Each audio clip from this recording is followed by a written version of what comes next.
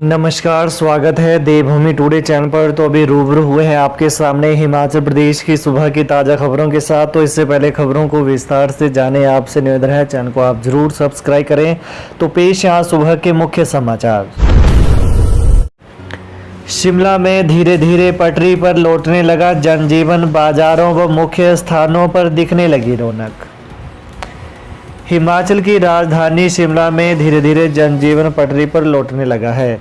बीते करीब 1.5 माह से राजधानी में लगातार हुई भारी बारिश के कारण जनजीवन खासा प्रभावित हो गया था, लेकिन बारिश का दौर थमने के बाद अब जनजीवन सामान्य होने लगा है। धूप खिलने से लोगों ने राहत की सांस ली है। पिछले कल शहर के बाजारों व मुख्य स्थानों पर लोगों की आवाजाही अधिक देखने को मिली। धर्मशाला स्टेडियम में खेले जाएंगे वर्ल्ड कप के 5 मैच, 3 पिच होंगी तैयार। टिकट की ऑनलाइन बिक्री भी शुरू। अंतर्राष्ट्रीय क्रिकेट स्टेडियम धर्मशाला में अक्टूबर में होने वाले वनडे विश्व कप के सभी 5 मैच 3 सेंट्रल पिच पर होंगे। हालांकि ग्राउंड में अन्य पिच भी हैं, लेकिन विश्व कप के लिए 3 पिच तैयार की जाएंगी। इसके अलावा अभ्यास के लिए 6 अतिरिक्त पिच बनाई जाएंगी। स्टेडियम की घास खराब होने के चलते अब ग्राउंड एवं आउटफील्ड का काम शुरू कर दिया है और राई घास का बीज डाला जा रहा है। सितंबर के पहले सप्ताह से पिच तैयार करने का काम भी शुरू कर दिया जाएगा। वहीं मैचों के दौरान इन 3 पिच को बारी बारी से उपयोग में लाया जाएगा। ये पिच 1 दिवसीय फॉर्मेट के हिसाब से तैयार होंगी ताकि 100 ओवर अच्छी तरह से खेले जा सकें।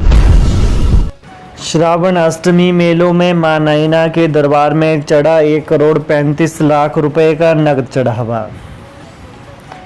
विश्व विख्यात शक्तिपीठ श्री नैना देवी में श्रावण अष्टमी मेला के दौरान जहां पर इस बार 3,60,000 से ज़्यादा श्रद्धालुओं ने माता जी के दर्शन किए, वहीं पर मंदिर न्यास को इस बार कुल 1,35,57,439 रुपये नकद, 293 ग्राम सोना तथा 25 किलो 793 ग्राम चांदी चढ़ावे के रूप में न्यास को प्राप्त हुए।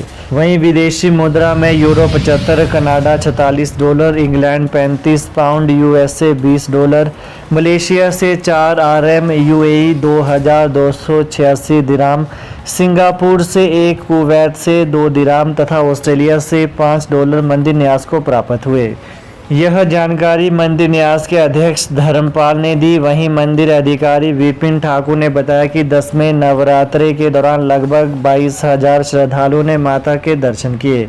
इस दौरान 8,06,321 नकद, 12 ग्राम 700 मिलीग्राम सोना तथा 1 किलोग्राम 500 ग्राम चांदी, अमेरिका से 20 तथा कनाडा से $1 विदेशी करेंसी माता रानी के दरबार में चढ़ी। चंबा मेडिकल कॉलेज में सुरक्षा कर्मियों ने मरीज का मोबाइल चुराते रंगे हाथ पकड़ा चोर।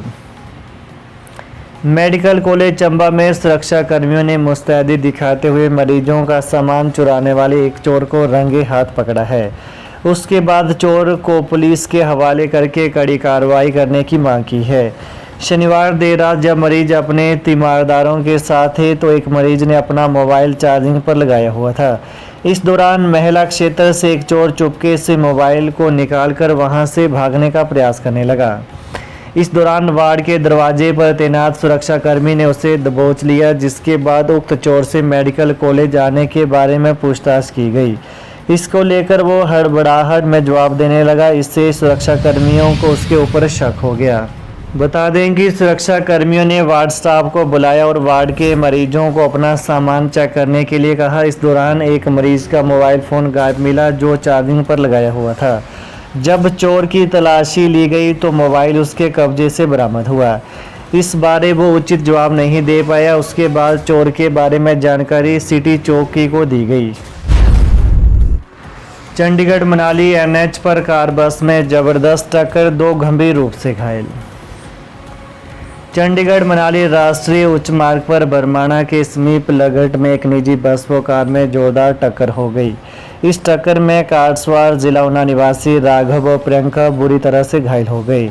निजी बस मंडी से बिलासपुर की तरफ आ रही थी। कार सवार दोनों घायलों को तुरंत क्षेत्रीय अस्पताल बिलासपुर पहुंचाया गया, जहां प्राथमिक उपचार के बाद उनकी गंभीर स्थिति को देखते हुए दोनों को पीजीआई चंडीगढ़ रेफर कर दिया गया है। बता दें कि इस हादसे में बस सवार सभी यात्री सुरक्षित हैं। मुख्यमंत्री बोले, मौसम साफ रहने पर 1 सप्ताह में बहाल होंगी प्रदेश की सभी सड़कें। मौसम साफ रहने तथा धूप खिलने पर सरकार प्रदेश की सभी सड़कों को 1 सप्ताह में खोल देगी, लेकिन यदि बारिश होगी तो भूस्खलन होता रहेगा। ऐसे में सड़कों को खोलना मुश्किल हो जाएगा। यह बात मुख्यमंत्री सुखविंदर सिंह ने पिछले कल पत्रकारों से अनौपचारिक बातचीत में कही। उन्होंने कहा कि हालांकि भूस्खलन पहाड़ों में एक आम बात है, लेकिन इस बार यह भारी मात्रा में हुआ है। प्रदेश में सभी पेयजल योजनाओं व सड़कों को फिर से बनाने में 1 साल का समय लगेगा। उन्होंने कहा कि हिमाचल में आपदा 3 चरणों में आई है। प्रदेश में इमारती लकड़ी की तस्करी पर लगेगी लगाम, वन व पुलिस विभाग मिलकर करेंगे कार्य।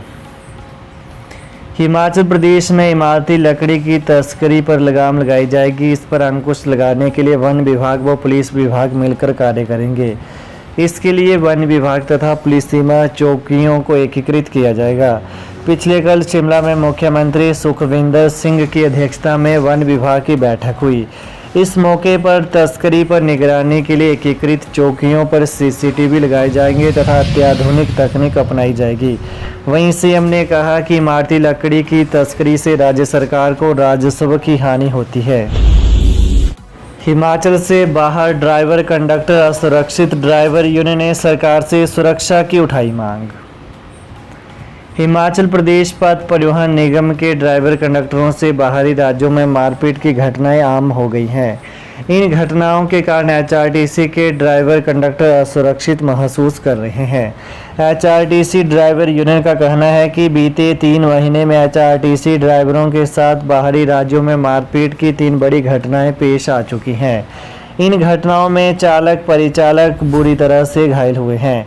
बाहरी राज्यों की पुलिस द्वारा तब तक एफआईआर नहीं होती है जब तक बड़े अधिकारी की ओर से दबाव न बनाया जाए।